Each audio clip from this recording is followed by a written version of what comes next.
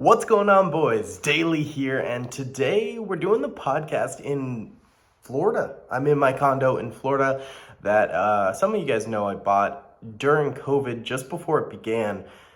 With my family, I went in on it with them, and so me and Zelda are having a little vacation at the condo, having a good time. But I just felt like recording an episode. My hair's all wacky because I was just in the wind and jostled and stuff like that, so look a little messy, but who cares? So either way, we're doing Ask Daley number 2. I'm getting more questions from my Discord as well as the YouTube comment section, so you can leave your questions at either of those places, and I will try my best to answer them if they're good questions. There's a lot of troll questions out there, but that is okay. So either way, be sure to hit that like button, subscribe if you haven't already, comment down below, all that good stuff. Let's get into it. So, from Moon Dweller, we have, what's your favorite genre of Lego Star Wars sets? Prequels, sequels, or the original trilogy? I have to go prequels, but I would even tweak that a little bit and adjust over to Clone Wars sets. They're just my favorite. I mean, they're always so good. I mean, we haven't had like a solid Clone Wars set in a while. The last one was like the 501st Battle Pack, I think, was like technically a Clone Wars set. But beyond that, we don't get that many Clone Wars sets anymore.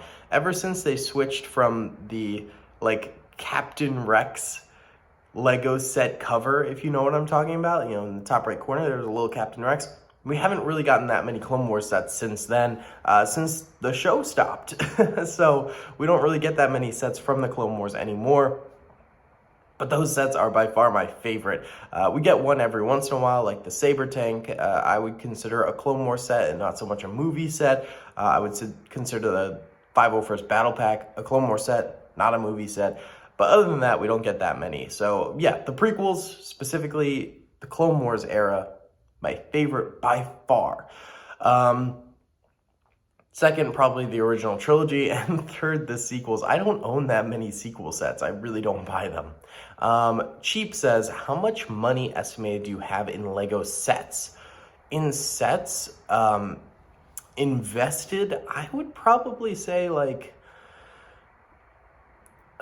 maybe $4,000, $5,000, something like that. Yeah, and it's mainly the older sets that I have money in. I don't own too many sealed new sets. I invest a little bit here and there, but I never really go all out on the newer sets. I usually buy an older set that that I invest in because that,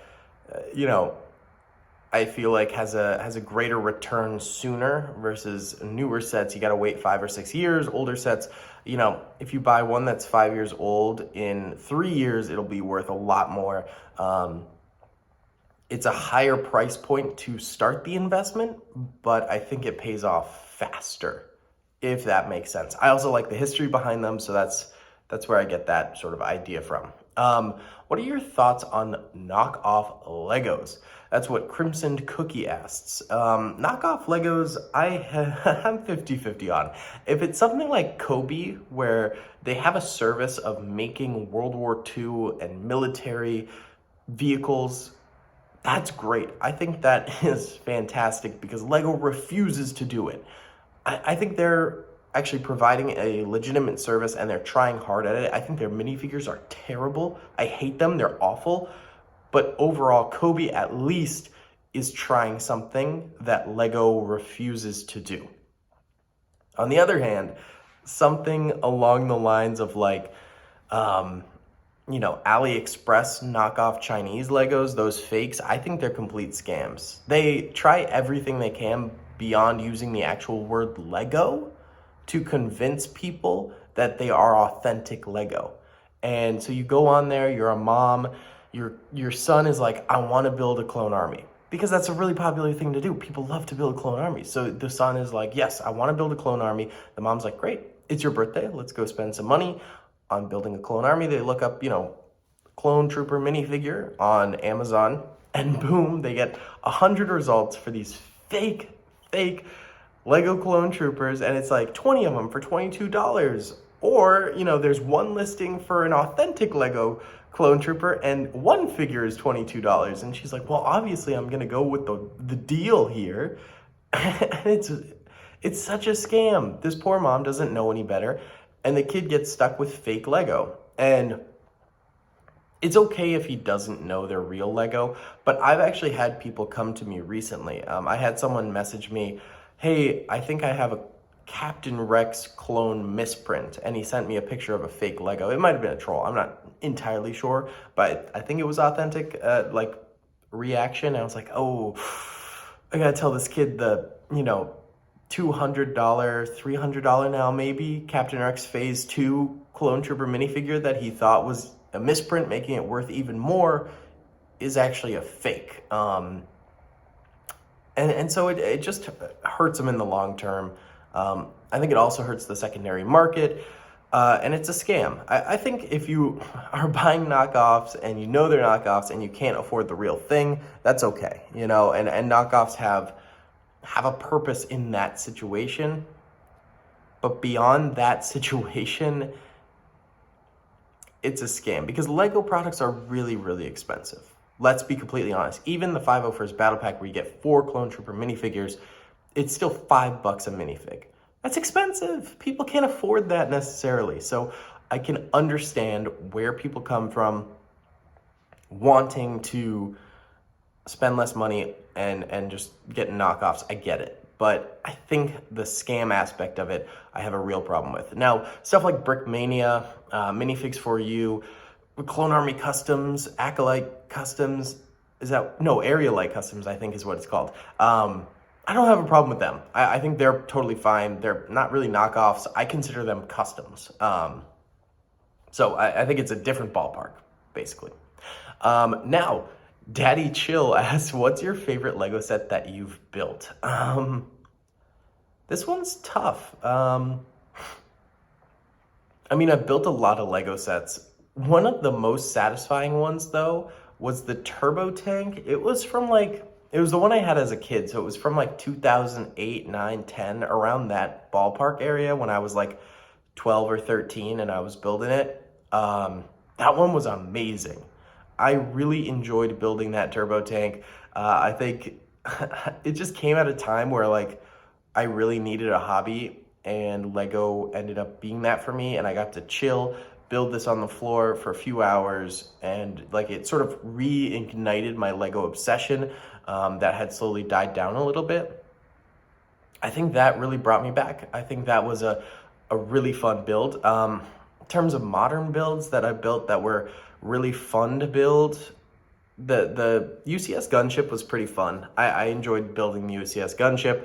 I had to do it on a bit of a time crunch for a video, which kind of sucked, but overall, that was a fun set to build. The original Lego Battle Pack, Clone Trooper Battle Pack, that one was really fun for me to build again because I hadn't built it in years. And it's just a fun set. Yeah, probably stuff like that I think is pretty cool. Tenebrae asks, what is Lego? This might not be the video for you, sadly. Maliko asks, what's your opinions on Ninjago? Okay, I'm pro Ninjago. I know there's a lot of Ninjago haters out there. I loved Ninjago when the TV series first hit when I was a kid. I loved it. I loved the sets. I loved the minifigures, and I still like the minifigures. I love the idea of little Lego ninjas. It's just so fun. I think they're really fun. I think they have some really creative sets and stuff like that. And I don't really watch the show anymore, but when me and my fiance Zelda sometimes go out of the house and we're leaving Scout the dog in the house for a little bit, I'll go ahead and throw on Ninjago just because there's 12 seasons and it'll just play through, and it gives them something to listen to while we're gone. I'm pro Ninjago. I think it's fun. One theme or franchise you want Lego to make, what is it? This is from Jiffy Jelly. This one's hard. I would love to see some sort of a military theme. more historical themes in general, I think would be really cool. I mean, I was a history major in college.